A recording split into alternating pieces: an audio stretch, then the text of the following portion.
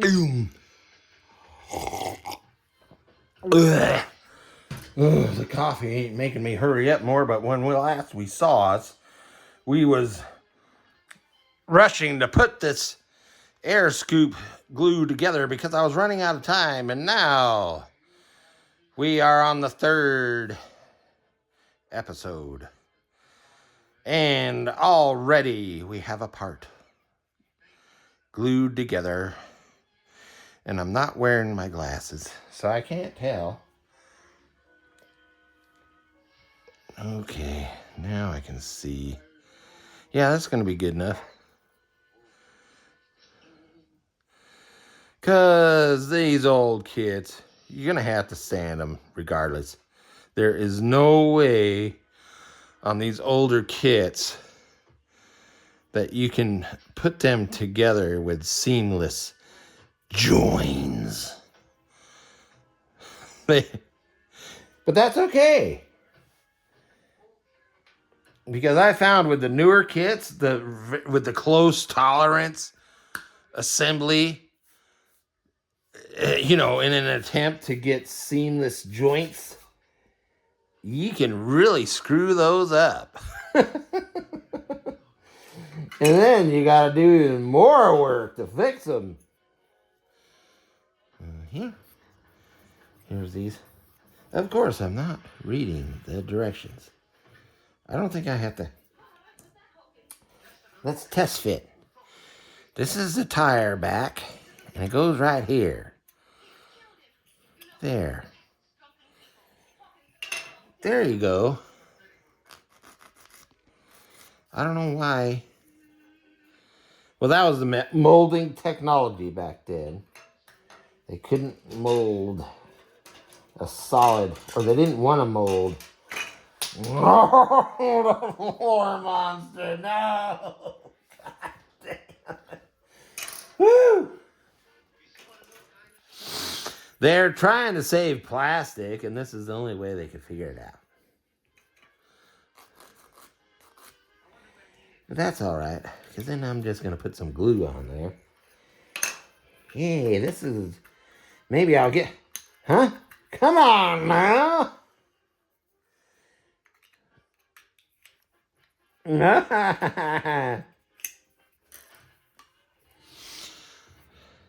Glue. Glue. My parents. When I first started building model kits, and my parents found out about it, well, at first I innocently told them, that I just spent my money on a model kit. Model kits were cheap back then. I could buy one of those Aurora glow-in-the-dark model kits for $1.25. Yeah, $1.25. Anyway, so my dad he wasn't anti-model kit. My mother was anti-model kit. And she went off. She was really anti-monster model. She was part of that group. There was a group of, I forget what it was called. It was something mothers, something. And they were against the monster model kits, especially Aurora. They were always going to U.S. Congress, trying to get Congress to ban certain model kits. And their overriding goal was to ban model kits altogether. But they focused on the monster. Anyway, so when I bought my first kit, I was like, oh, I got to get some glue. And they were like, my mom, and my dad did whatever my mom wanted. It's called. Anyway, my dad did whatever she wanted. So they're all like, you can't have. They wouldn't let me have this one. The red tube with the. Well, today it has skull and crossbone and flames of death, and they didn't have that back then. But anyway, so people knew this was a toxic. So I had to get the blue kind. And that blue kind is crap. It's non-toxic. It's made with citric acid.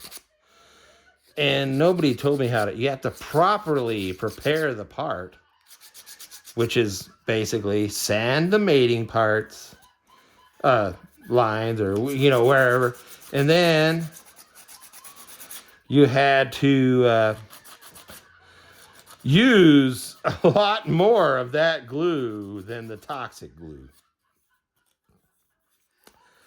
So of course, they're making more money off of the non-toxic glue in the blue tube than they were making money off of the toxic glue, because you didn't need to use as much of the toxic glue. So anyway, but it didn't work. Nobody told me how to properly prep the part for the non-toxic citric acid based glue. Ooh, I just sanded down my free rivet. Ooh, dang.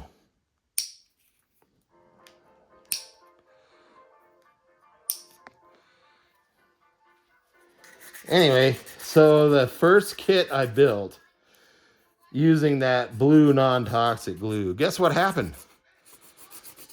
Just a few days after gluing a bunch of parts together, they all fell apart. Literally, I went to pick I was like, what the hell? So then I secretly bought. I was gonna say stole out of the house. I didn't have to do that because I was a latchkey kid. My parents were never home during the daytime, so I just did whatever I wanted. And I went to the store. This is in Williston, North Dakota, and there was a convenience. There were stores, and it didn't take long for me to ride my bike. I was in the old original part of Williston, North Dakota, not the part that everybody sees now driving by on the highway. Anyway, so I secretly bought the toxic glue. And then my mother, holy crap, she would do these periodic cleaning frenzies where she would go into your room and she would claim she was cleaning your room when in actuality she was inspecting your room and looking for contraband items. And when she found the toxic glue, she had a tirade and accused me of being a huffer. And I didn't know what that was. It wasn't until after we moved to California that I knew what that was. Because both my parents used the same excuse when I started using spray paints. It was like, you're going to be a huffer. We don't want you. And my argument back to them was, just because I'm using glue and spray paint doesn't mean I'm going to be. And for one thing, I thought it was dumb. Because there were some shows on TV, like basically cop shows, where they would have episodes where they're dealing with a teenage huffer. Oh, and they were using their huffing addiction. No, wait. They were using model kit building as an excuse to, to cover up their huffing addiction. So they would, and that's basically how every one of those different cop shows.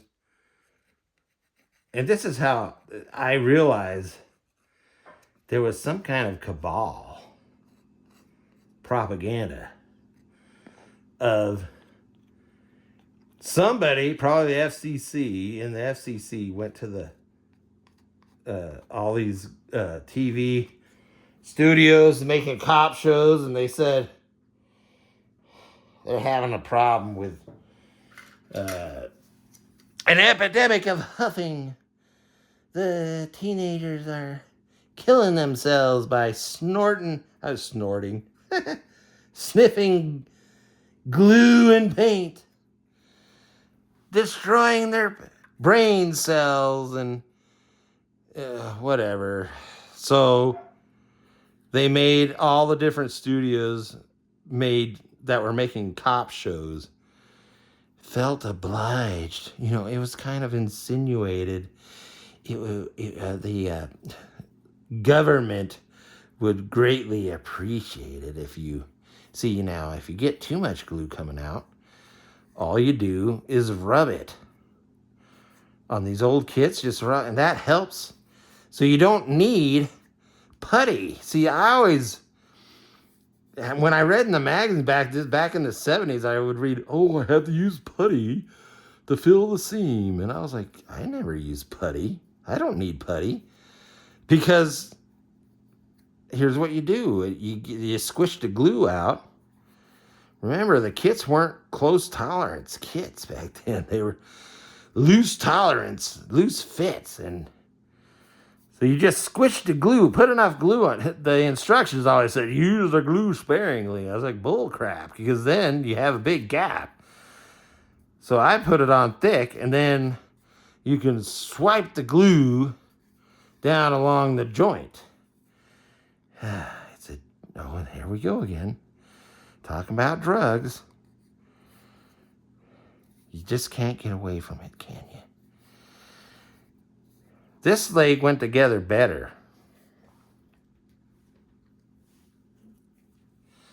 I don't know if I'm going to need, what's that called? I'll put a little clamp right here because the back of the heel is showing. That's a little better.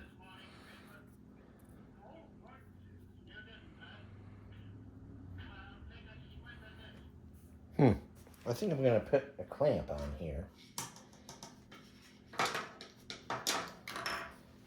Just to hold it steady. These